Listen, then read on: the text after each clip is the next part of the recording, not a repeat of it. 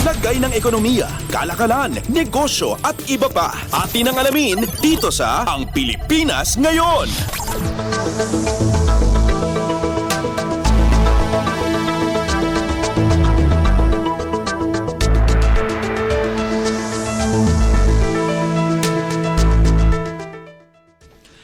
Magandang araw, narito na ang mga nangungunang balita sa larangan ng pagninegosyo at kalakalan.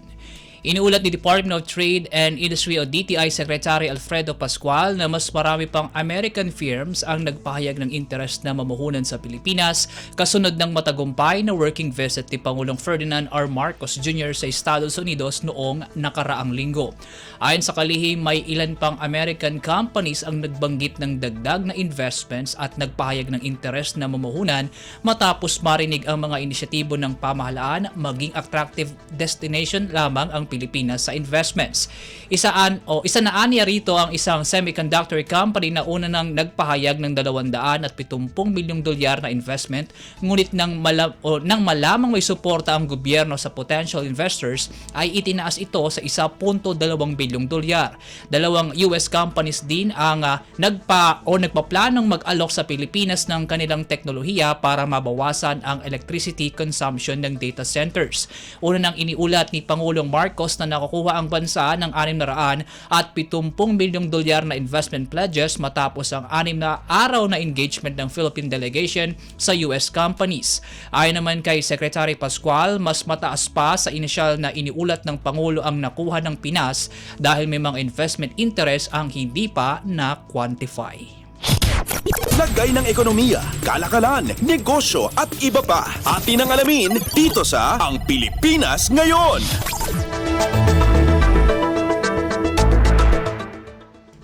Sa iba pang balita, kinokonsidera na ngayon ng Department of Trade and Industry o DTI ang paglulunsad ng isang pag-aaral kaugnay sa kasalukuyang market competition sa bansa. Ayon kay Trade Secretary Alfredo Pascual, nais nilang malaman kung may sapat pa bang kompetisyon sa bansa na aniyay magiging basihan naman sa pagre-review ng Suggested Retail Price o SRP sa mga pamilihan. Ibinahagi ni Pascual na sa kabila ng magandang layo ng SRP, mayroon din itong negatibong epekto gaya ng nosyon na nakikialam ang pamahalaan sa takbo ng free market. Isa rin sa inihalimbawan ng opisyal ang pagbebenta sana ng produkto ng mas mura, ngunit dahil may SRP ay ibinibenta ito ng mas mahal. Salig sa Price Act, naglalabas ang DTI ng SRP sa mga basic necessity at prime commodity upang masigurong hindi lalampas sa recommended prices ang presyuhan ng mga nasabing produkto.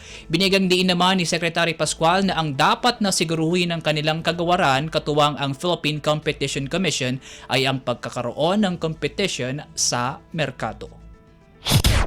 Lagay ng ekonomiya, kalakalan, negosyo at iba pa. Atin ang alamin dito sa Ang Pilipinas Ngayon.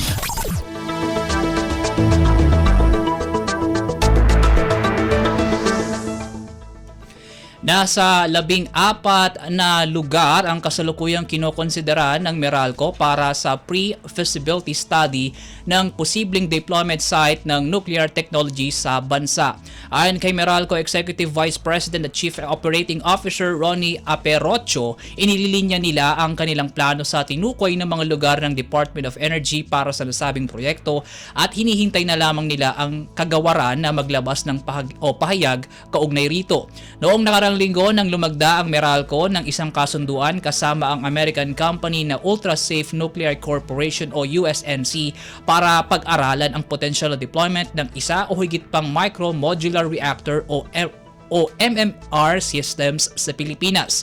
Sa ilalim ng kasunduan, magsasagawa ng pre-feasibility study ang USNC upang maging pamilyar ang Meralco sa MMR system at para sa epektibong paggamit nito.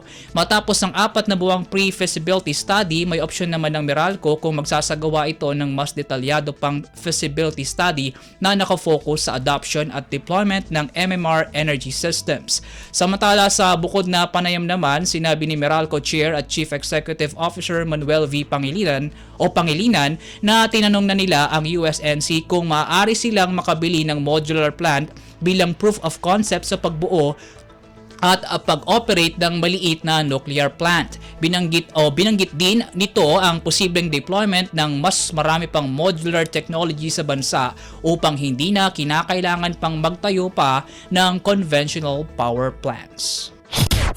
Lagay ng ekonomiya, kalakalan, negosyo at iba pa. Atin ang alamin dito sa Ang Pilipinas Ngayon.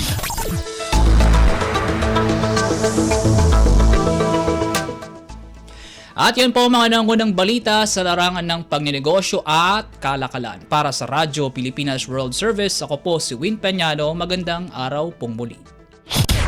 Lagay ng ekonomiya, kalakalan, negosyo at iba pa. Atin ang alamin dito sa Ang Pilipinas Ngayon.